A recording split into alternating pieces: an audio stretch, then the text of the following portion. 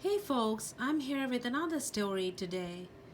Lost and Found. It's about a boy who lost his hat given by his grandmother.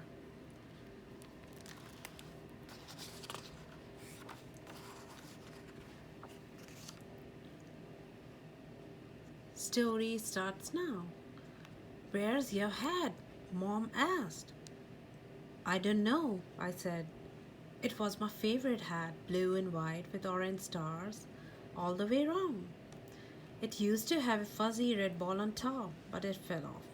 Your grandmother made you that hat. I know. What will we tell her when she comes to visit this weekend? I don't know. The minute you get to the school tomorrow, go look in the lost and found. Okay, I said.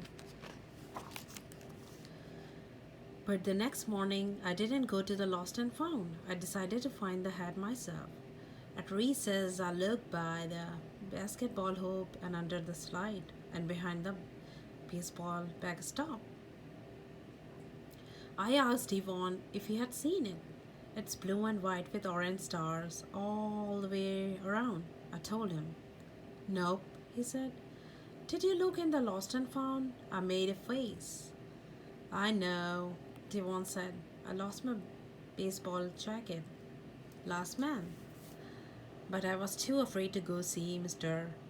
Ramkowski. Can't you just get another hat? Asked Jessica. I shook my head. Gran made that one for me, and I have to find it, even if it means asking Mr. Rumsky. Uh-oh, they said. After recess, I looked for my hat in my desk, under the hamster cage, and behind the bookshelves. I asked Tamara if she would have seen it. No, she said. Did you ask Mr. Ramkowski? I made a face. I know, said Tamara. I lost my sparkly purple scarf last month, but I was too afraid to ask him. I have lots of hats, Jimmy said. You can have one of mine. Thanks, I said, but I have to find it, even if it means asking Mr. Ramkowski. Oh no, they both said. The next day, my friend asked me if I would have found my hat. No, I said. I looked everywhere. There's only one thing left to do, go to the lost and found. But that's mean talking to Mr. Rumskuski, said Jimmy. Uh-oh, said the others. I know, I gulped. He's really old. He's so old he was a custodian when my mom went to school.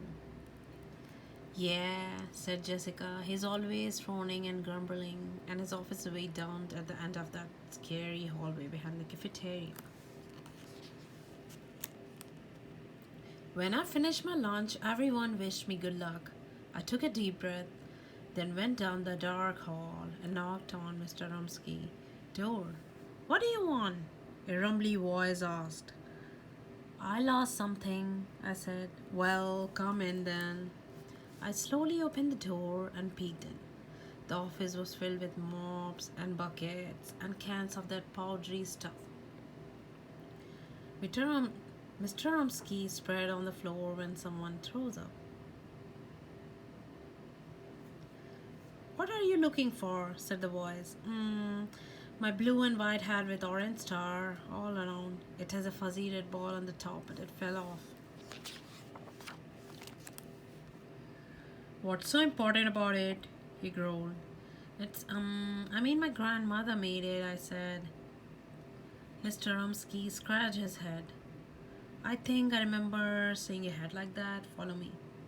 That's when I saw the enormous box. I will get the letter, he said.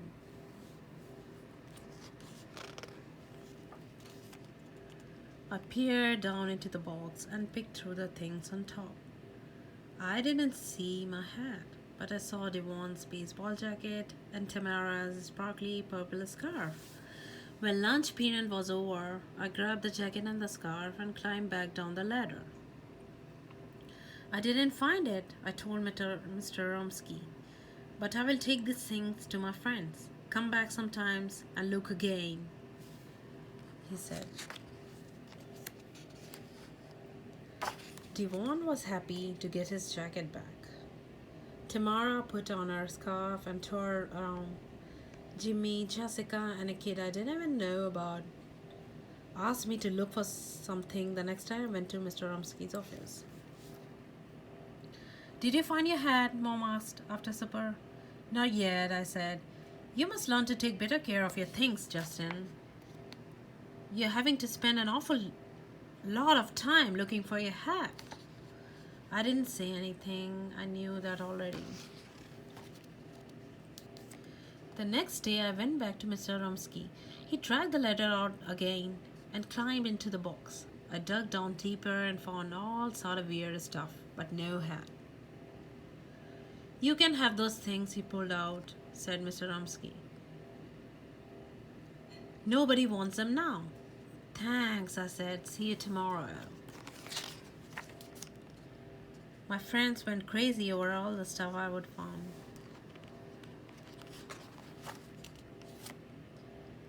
I went back and looked through more stuff.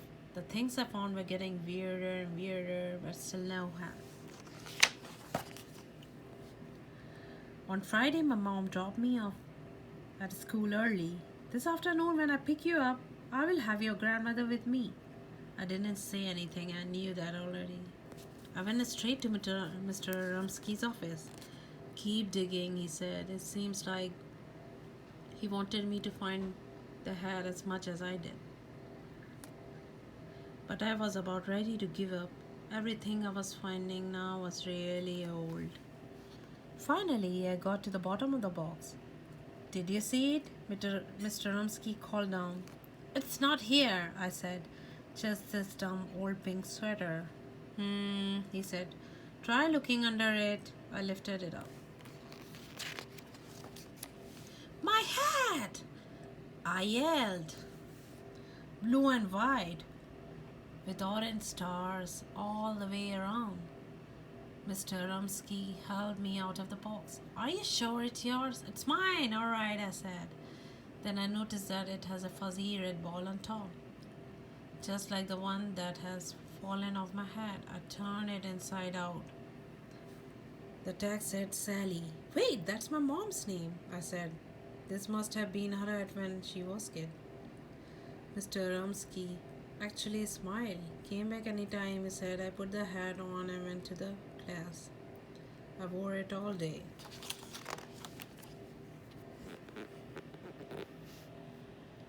When Mom picked me up, my grandmother gave me a big hug. I see you're wearing your hat, she said. Yes, I hugged her back. I made your mother hat exactly like that when she was a little girl, Gran told me. I know, I said. My mom had a funny look on her face. I grinned but didn't say anything. Gran looked at my mom, then at me. I wonder whatever happened to the hat I made for your mother. Maybe you should ask Mr. Rumsky, I said. Rumsky? Gran said. Is he still at this school? Your mother was always afraid of him, but he's always really a nice man. I nodded. I knew that already.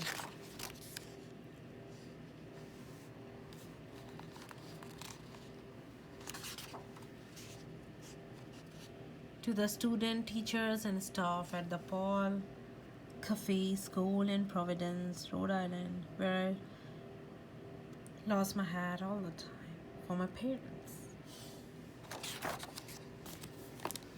Hope you like the story, folks. Subscribe to my channel. Have a great day. Thank you.